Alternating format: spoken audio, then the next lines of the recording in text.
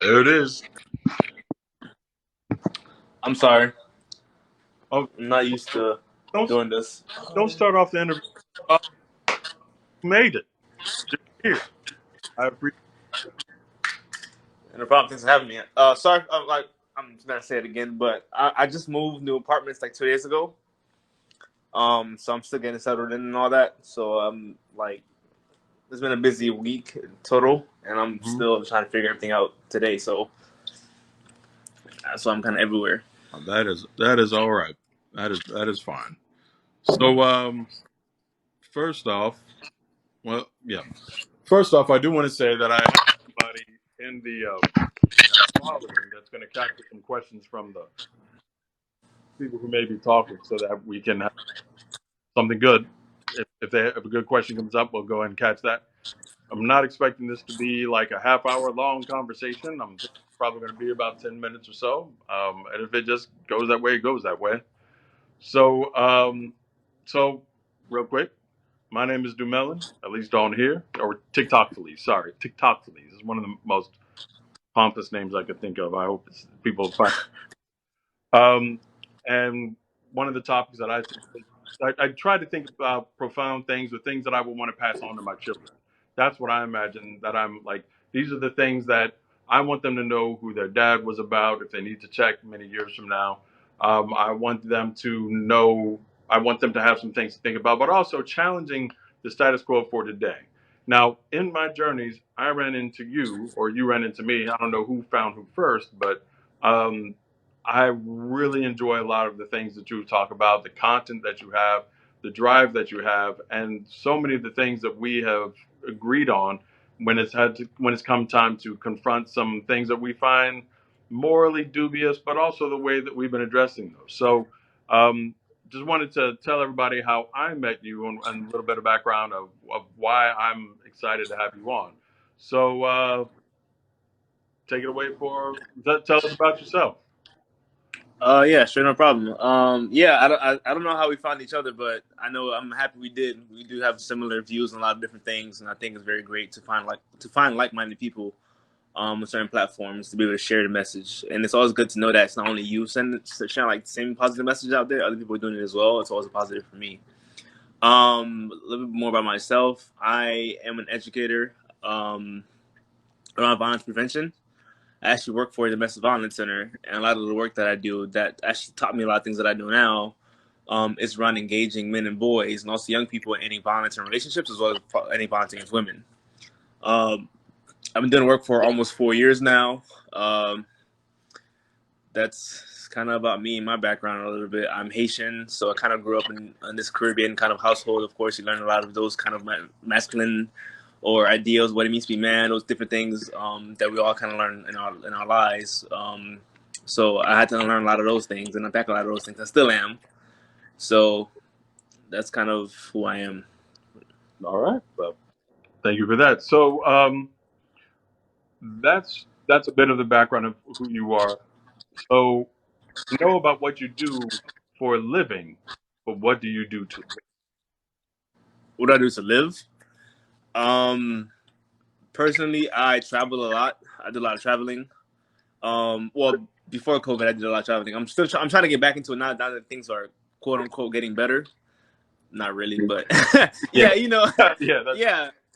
I'm doing what I can. I travel a lot. I often model. I don't really do as much anymore because when COVID happened, I kind of stopped. But it's kind of hard to get back into. And also write whenever I can. So oh oh. that's kind of what I do to live. So you write, you say? Yeah, something like that. Could you expand, elucidate, my good man? Yeah, sure. I write poetry. A lot of them are like narratives based on my experiences and things I've seen, especially in the work that I do. Um, and the reason I wanted to write a book is because, well, first I wanted to have something that's going to be like solid and going to be there forever. That people can pick up and just kind of read and learn something. But I was noticing a lot of trends and things what people were doing well, like the kids that I work with, so I'm seeing kids say something or doing something, and I'm wondering where do you get this from, right? It's very crazy that a 13-year-old has all these beliefs and ideals yet. I mean, already, And I'm like, where are you getting this from? And then I'll go talk to adults, and they'll say the same things.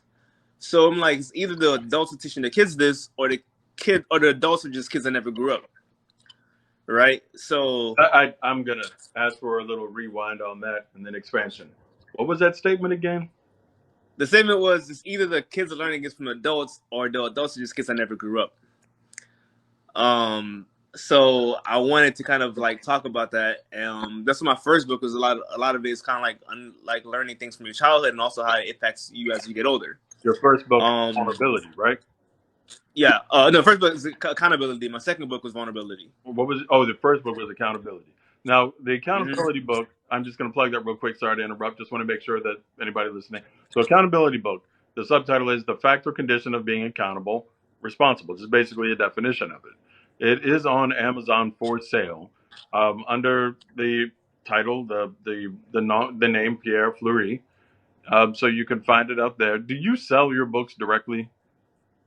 No, everything's through Amazon. I do have like some copies that I bought for myself in case I wanted to kind of give them out whenever I can. But all of it's through Amazon. I actually hate using Amazon, but it was like the easiest platform to use to get it out there. But yeah, so it's kind of all of it is on Amazon. Okay. And there we go. And the same thing with your second book, Vulnerability. Mm-hmm. Yeah, Openness to the possibility of being hurt, willingness to show emotion. And so the yeah, drive for the accountability book and the vulnerability book were somewhat related to your statement about how there's there are people who are growing up and not necessarily maturing. yeah. So when that statement is made, how did that reflect in the accountability book, your first one? Say that one more time. So saying that statement, how does that reflect in the accountability book? You said that you mentioned that you were addressing some of that in there, but can you be a little bit more specific about who you were either addressing or who you were deconstructing with that? Yeah. So the book, the on in my mind when I was writing it, the target audience was predominantly was going to be a lot of men. Because I feel like a lot of men need to kind of address these things. But I also like for women, they can also pick the book up as well and be able to learn some things and also kind of address some things they might have learned that from patriarchy or from misogyny, right? Because a lot of women internalize those things as well.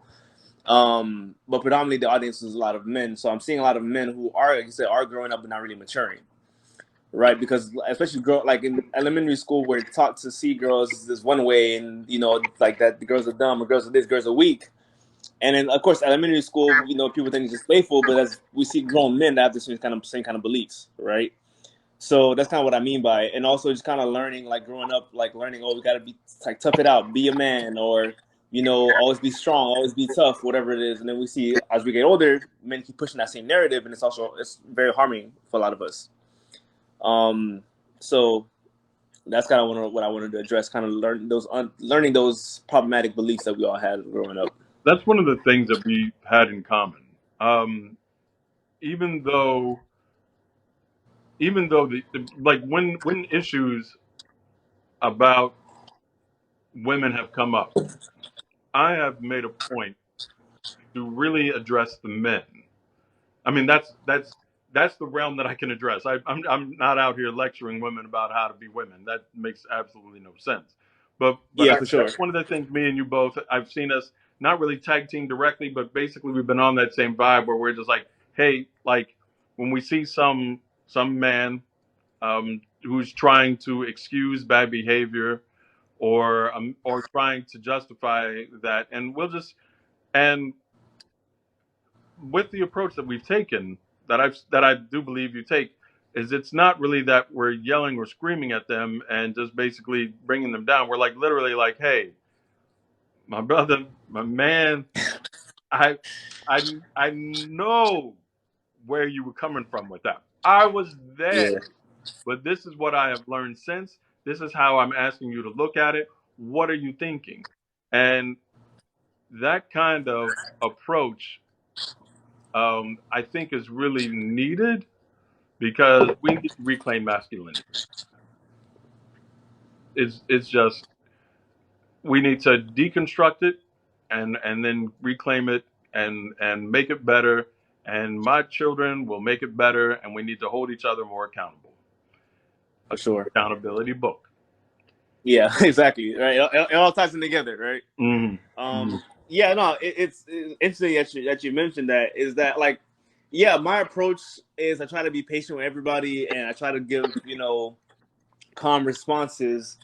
But I'm not like honestly, for me personally, I my patience it's gotten better a lot over the years. I'm not, um, but I feel like it's very hard to be patient with somebody who's not trying to learn anything, right? And thing is, and it's very, and usually people be like, "Well, just give up, don't try so hard, or whatever it is, don't let them get to you." But I know if I don't talk about this now with this person, down the line it can be worse for somebody else, See, that's right?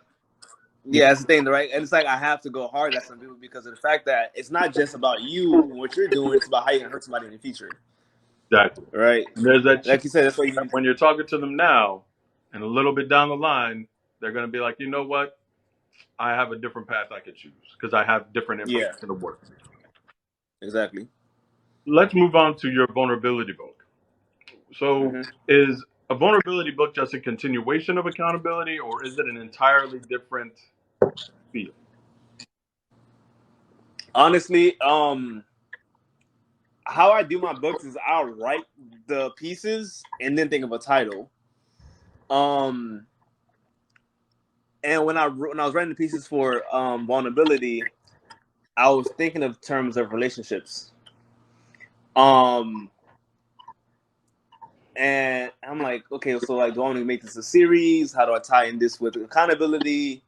And then I realized without vulnerability, you can't have accountability, right? Without the willingness to like admit that you're wrong or admit that you can be wrong, or like let yourself be vulnerable to learn things, you can't be accountable for your actions, right? And I realized a lot of the pieces in that book was literally addressing the things that you have learned as well that can impact your relationships with people, right? And I think, or the trauma that you've experienced can impact relationships with people, which means like the trust issues that you have, the possessive behaviors that you might have, right? Those things impact you and also your relationship you have with people. And that book, when I was writing it, that book is more general for everybody, men and women, um, like everybody. Uh, it's I want to say it's a continuation because it kind of goes a little deeper into like some stuff, but it can be separate. Honestly, I still don't really know because I want to write another book next year and keep it going like like 3 books in 3 years, and I don't know how much deeper I can get honestly. But I did realize when I was writing the book, I'm like, yeah, I feel like you need vulnerability to be accountable for your actions. So that's kind of how I did it. So it's kind of like a continuation, but not really, if that makes sense. I Yeah. understand that. Sometimes when I'm in a situation like that, I consider it inspired by kind of thing. It made a fit for it. I do want to encourage those people who are watching to make any questions or comments. Send those up. I have somebody watching those, so we shouldn't miss the questions that you might have at all. And somebody sent us some cake, and I would like some cake. Now I want some dessert. But anyway, distraction, getting distracted. I can't see all the comments. I think I'm only seeing my comments, or am I seeing everybody's comments? Well, I don't think anybody's made. Well, we have one person. We have chosen remnant who appreciates the content that we've been putting out so far. So thank you for that. I do want to say that we do have someone again watching the comments. My wife is watching the comments. Then she'll just know if they've got some kind of some really interesting point to make that we will capture. So this is Pierre Fleury. He is an author who has written 2 books, a poet, and most of the conversations that me and him have had on TikTok have been centered around um, deconstructing masculinity, especially in the black world, especially in dealing with checking ourselves and things like that. And both of his books are related to that process. Now, next question I have for you is what what informed your history of masculinity? Do you have a breaking point, a revelation point, and if so, or even if not, what informs your take on masculinity now? I don't think I have like a specific point. Like me personally, I've always been questioning everything. Um, like things happen in middle school, I never understood them. Things happen in high school, like that people normalized, I never understood them. Like in middle school, like just the idea of like saying, I mean, I'm not gonna lie, I did have my own like prejudice uses against certain people as well, but I still question a lot of these different things. Um, like in middle school, when like boys would be like, "Oh, we can't sit next to the girls," whatever it is. I'm like, why not? Right? That didn't make sense to me. Like, it just didn't make sense to me. I mean, I did it because that's what everybody was doing, but I still didn't understand it. In high school, when people were, like exploring sexually these different things, like the guys would be lying about their body counts and who they're having sex with. I'm just like, I know you. Why are you lying? Like, it never like, why are you lying about this? Like, what? Like, I'm not lying about it, right? Because everybody knew I wasn't doing anything. I didn't really care at the time because high school we started to like become myself. I'm just like, why are we lying about this?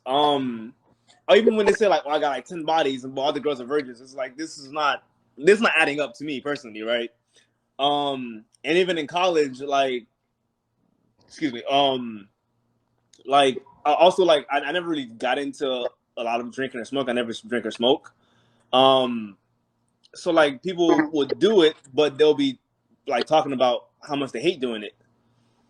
Right? People after a night of drinking or smoking, but man, I'm never drinking again. I hate this. I'm like, it's okay, that's cool. And the next day do it again. I'm like, why are you doing this again? Like, Did why are you you forget? exactly right? I never understood it. Huh? Did you forget it? Like what Yeah, happened? exactly. I'm just like, why again, I'm not saying I'm judging anybody, but it's just like, why do you keep doing this? And I realize a lot of people do things based on the fact that everybody else around doing them. Right? It's like everybody else around is doing them. It's like, and you feel weird not doing it. I'm just like, nah, I'm just not gonna do this. So I always question everything.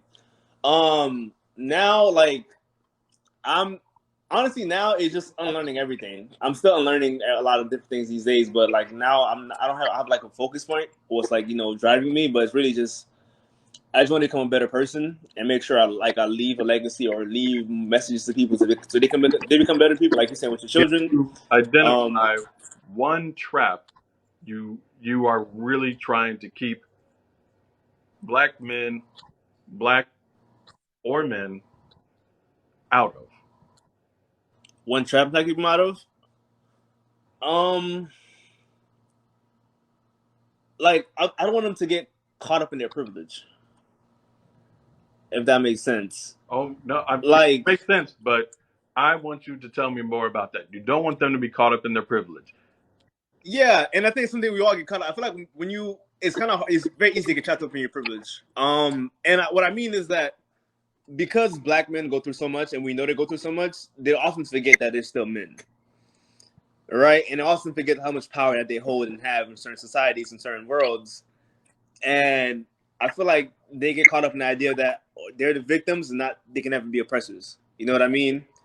And I think once a lot of black men or men in general just learn that they are the reasons a lot of people are going through certain things, especially black cis heterosexual men, is like, yeah, you like when you get caught up in that, like you're not a bad person, you can never be a bad person. It's kind of you get stuck in there, and I don't want people to get stuck in there.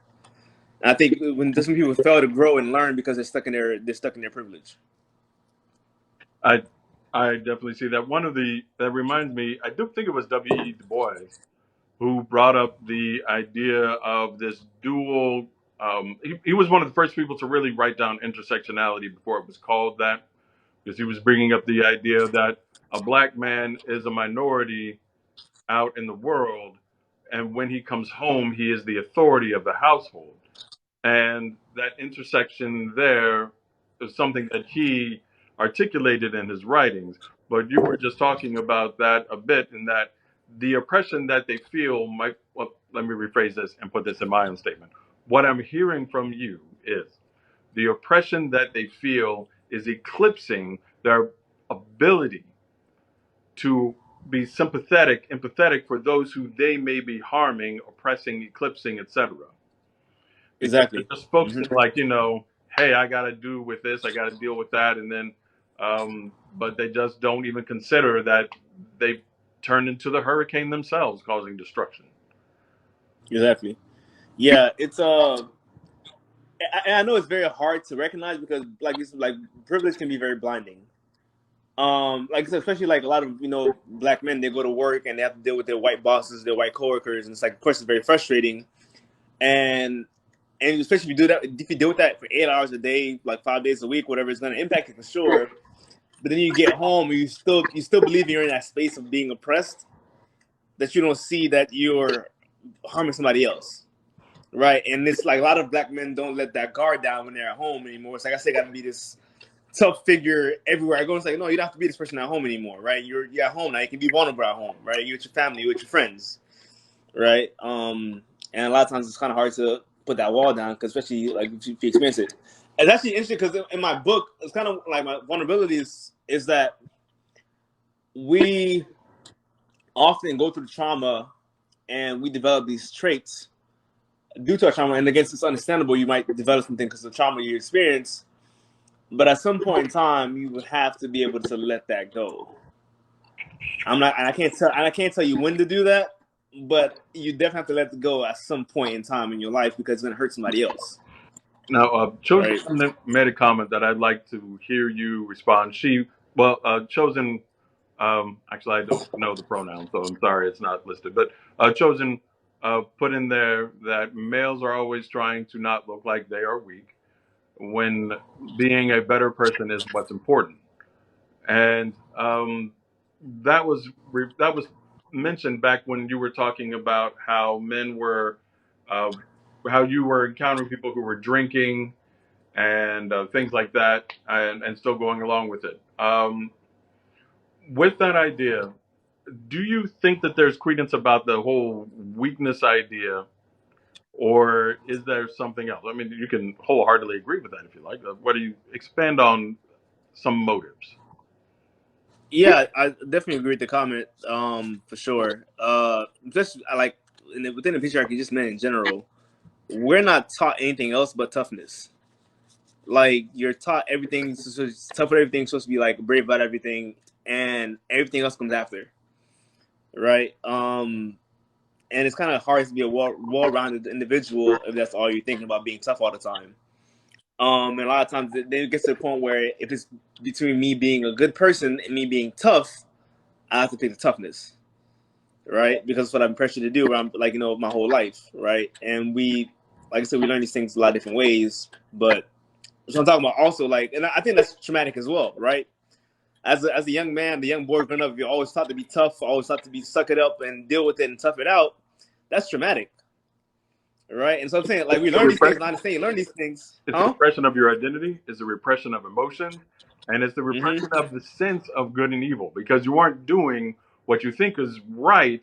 You're doing what you think you have to do to navigate. It is depersonalizing and all that stuff. It's one of the reasons why I'm really appreciative for feminism pushing to deconstruct gender identities because we really needed masculinity deconstructed because Mm-hmm. that's so again want to do a little check in. So I'm Dumelin TikTok Feliz on your radio station, I guess on TikTok. I'm talking with Pierre Fleury, an author, poet, and another personality on TikTok. Just wanted to make sure that everybody was aware that this is just a little interview. Don't really know how long it's going, so it'll be flowing as far as I'm concerned. So changing gears to the next topic was I was I was asking a bit about what now informs your masculinity. There's a bit of what you were suggesting is that you've always thought yourself as being slightly different, but what where do you what are the principles that you use to guide your interactions with other men when they are having these issues of accountability, understanding, and or what I don't want to say authority, but what gives you the information that you try to pass on? As in like where I get my information from, or where I get my knowledge from. The knowledge, the feeling, it could be information, it could be feeling, it could be judgment. What do you have any particular source or sources, or is it an accumulation of, or just speak on your angle? Yeah, it's a lot of sources and where I get my information from. Because of the work that I do, I'm constantly in trainings. Like I'm in trainings literally monthly. A lot of them are very similar trainings, so I'm getting the same information often. A lot of times it's different training. Excuse me. I'm also doing a lot of reading, a lot of articles or news articles or reports that are coming out about new studies or whatever it is. So I get a lot of information through those sources, like what through those credible sources. A lot of the trainings that I do are national trainings, which they're actually done by experts in the work. And also my personal experiences, like things I've experienced with my dad, my family members, teachers, coaches, all those moments with those individuals. I learned a lot from them as well, and also I learned some things from them as well. Um, and also talking to women and talking to people that don't identify the same way I identify. I talk about their experiences, learn about their experiences, what they're going through, and trying to be empathetic and relate to it in a sense. Like, okay, I understand this because I might have experienced this some way before. It might be different than how you experience it, but at least I can understand what you're going through. Um, and it's kind of like I said, either books or articles or trainings or some kind of new study or talking to somebody or my own personal experiences. That's where I get a lot of my information from. Um, yeah, and it's going to how that's kind of how I guess my angle comes from. That how I approach people is like and things I like knowing I can get information from different people because I can try one message from here and that doesn't work. I can try okay, let's try something from here, right? Read in this one book. This is how you talk to somebody about something. Okay, that didn't work for you. Okay, let me try to bring it to the personal level, right? Or maybe you can watch a movie here that talks about this and you can talk about it from this angle, right? Mhm. Um, but yeah, Okay. I do want to encourage all the people who are coming by or whatever. If you have any questions, feel free to ask them. We plan on getting those or make any comments. We will try to reflect on those as they come by. Um, now, if you could get a message into to the whole world that was 15 seconds long, hmm. I'll give you a little bit of time to think about that because 15 seconds is in there. But if you had everybody here for the next 15 seconds, Give me a second. 15 seconds.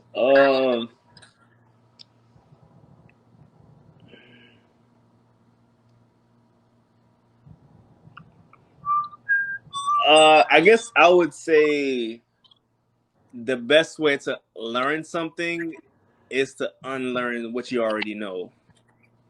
I like that one. We That's like have the a, best I can just we have throw a it out lot of there. conditions, a lot of pressure, our behaviors and to conform and all the rest of that stuff. And Yeah, the awareness that implies so many things because it implies that you have to be aware that conditioning is not a natural thing. That's one of the things that we often run into when we're talking to these men is this natural order claim because they've never really looked at where this information comes from. And so that's a good statement in that. I appreciate yeah. it. Do you The have best I can do off copies the top of of my your head. books available? Say Like, that do again. you have copies of your books physically there? I like I said, I just moved. I'm pretty sure I can find them somewhere in some of these boxes. Shoot. I was gonna say something else too. Yeah, here we go. Making a mess. About my books is that I actually made them very short for a particular reason. I know a lot of people don't like to read. I'm not saying people hate reading, but I know reading is not something people do often anymore. But I wanted to keep it very short and brief that you can read it in like 15, 20 minutes. That you can read it, take the information, and go talk to somebody else about it. You know, maybe got like a book club going, or whatever it is. Let's read one piece today, read another piece next week, and be able to break the piece down as you go along.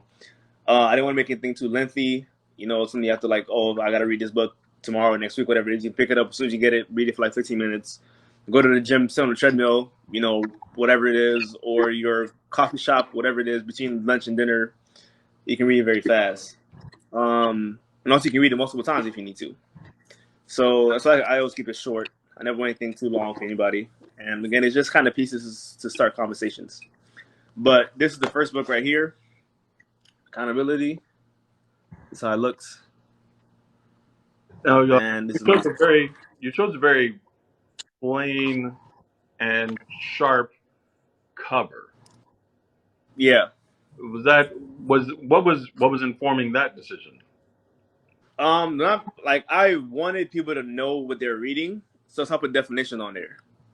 Like this is what's gonna be about, right? You're gonna like accountability. You're gonna learn how to be responsible for your own actions, right? Kind of vulnerability. You're gonna learn how to show emotion, right? Willingness to be hurt, right? And I think it's important to know what you're reading instead of just reading something, right? And this is the second one, vulnerability.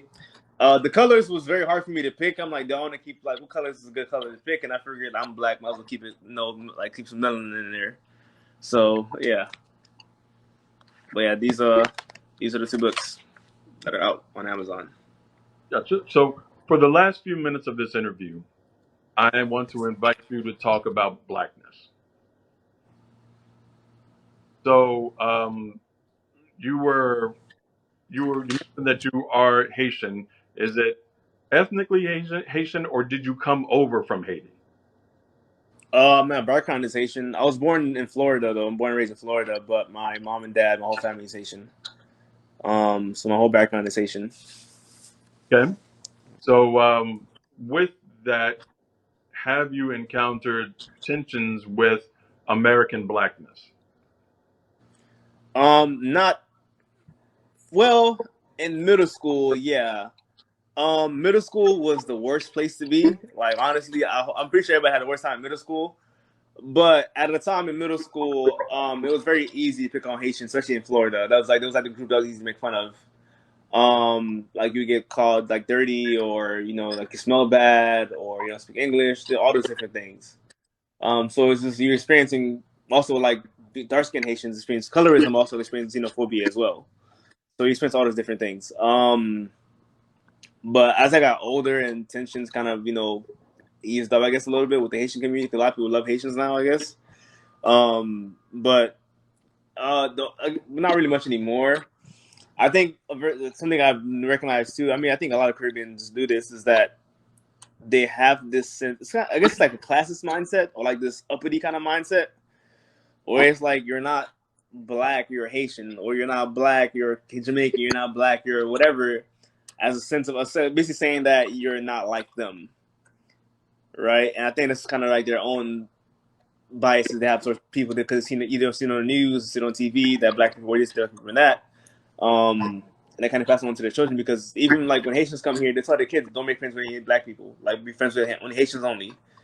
Um, but luckily, my mom wasn't like as bad with that as other parents were. She made sure I had good friends, as long as they don't do anything bad. But I know a lot of Haitians they couldn't be friends with people that were black, that are American black because of the fact that they weren't Haitian. So So that's kind of my experiences with that. I'm gonna the last two questions is gonna be um, the mindset of blackness, the black experience in the U.S. and all that stuff. You get a little bit more than 15 seconds for these, but what message do you want to give to black people? What message do you want to give to white people? Um, it's a very interesting question. I guess my message to black people is that we have to come together, and that being black is not there's not one way to be black. The other people's blackness is not different from your blackness. I mean, they're different, but it's not like they're different kind of black, right? Somebody's gay or trans, or even somebody that's not from your country, or not from your country, yeah, not from your city, or whatever. It doesn't mean they're not as black as you, or they're less black, or whatever it is. And that's when you have to be able to recognize and address within ourselves and come together in that sense. So white people is do better. I don't know. Like I don't know. I like honestly, I'll call out racism, but white people, I'm not also like I'm not in the business of talking to white people like about. I guess yeah, just do better. Like I don't know, But just one of the things that I've noticed is that I think that I interact more with white people than you do on TikTok. I don't know if that's, yeah. but that's what I perceive. Um, I mean, for me on TikTok, they comment a lot on my stuff because a lot of white people follow me. I mean, I like it. I might talk to some of them. Some of us are mutual with each other, and they're very cool people. And I mean, the white people I follow, they're actively anti-racist. So that I make sure they're actually doing the work, and not just whatever it is. I mean, of course, I think they're doing the work because they're making videos about it. But Yeah, I'm not. I don't really approach white people like that. My thing is ending violence in general, and I'll address racism if it comes up. But I just tell people to just do better. White people just do better. So Yeah. I'm going to give you the last two things. One is that I want you to ask. I want you to take a moment and ask a question to our audience or anybody who might watch us in the future for them to contemplate, comment on, or spread. And then the next thing I want you to do is actually, I'll save it. I already know what I want for that. Go ahead and answer that first one. What is it? So just kind What would you like people to question, comment, or do that are witnessing this? of I guess I would say question everything you believe now. I don't know how to work. I don't know if I'm answering the question properly, but I always say whatever you know now, you can always do better at it, or learn more from it. Let me reframe that. Let me rephrase that. Okay. What question do you want them to answer right now? So answer. Um. Like I'm talking specific, like actions, like either what question you want them to answer, what thing you want them to do. Because I want to see. It'd be nice to have like the comments blow up, like this is what I'm doing, this is what I'm going to do, and it could be one sided. I just want you to challenge people. Oh,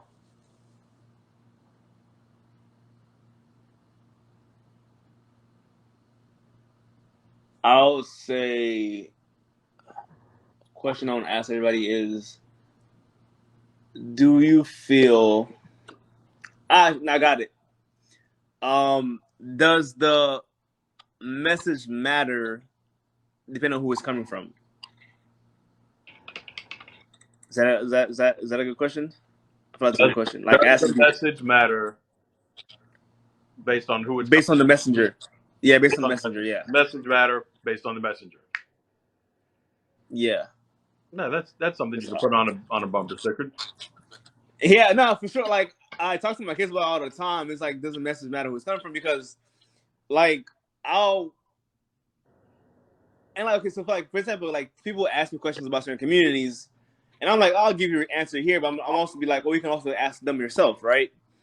And they'll be like, no, they're gonna be biased. I'm like, well, of course they're gonna be biased. They're actually living it, right? They'll know it more than I do, right? And they're like, nah, we like when you say it better. And it's just like, so you're saying they're gonna tell you the same thing. It matters more when I say it, and it's like, why is that important, right? Yeah, so I guess it's like, yeah, does the message matter depending on who the messenger is? I guess, yeah. Does the message matter depending on the messenger? All right. And the last one is going to give you. I'm going to give you little moments to think about as well. What do you wish you could say that I didn't ask or we didn't already? I wish I could say. Nah, I think I said everything I could have said. At least I'm thinking about it. I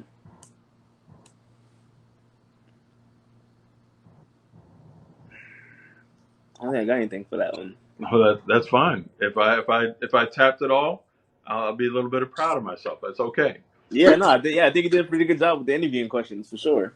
Thank you for that. So, Pierre Fleury, I appreciate you joining me for this interview. I appreciate the the contributions that you've made and what that I've seen, especially towards the community of dealing with toxic masculinity, LGBT phobia, standing up for the vulnerable in our population, and trying to deconstruct the expected conditioning that we survived through with all our various intersections of being cis, being black, being male, being born in this time and era in the U.S. Um, keep on doing what you're doing, and thanks. What you want to sign off with? I'll give you the moment. You get to end the conversation. What you want to say? Now I was gonna say, thank you and for having me on, and just like actually just doing this, following through with it and everything. I think I love your content. I think you're doing a great job. I love what you're doing on social media, on your platforms. I'll definitely hope there's more of us in the future to be able to do this. Um, but yeah, I think we did a pretty good job today. All right. Virtual hug. Yeah, for sure. I I'm just a put hug. my arm around you. All right. Yeah, all right. Yeah, there you go. All right. Be good, bro. All right, you too. Have a good one. Oh, bye to your wife as well. She was back there somewhere. Oh yeah, she's back there. Bye. She's life is beautiful in the whole chat. That's her. Give a little shout out to my darling wife. So hey, and also thanks for all for tuning in and the commenters. I appreciate that as well. All right. See you Have a in good one.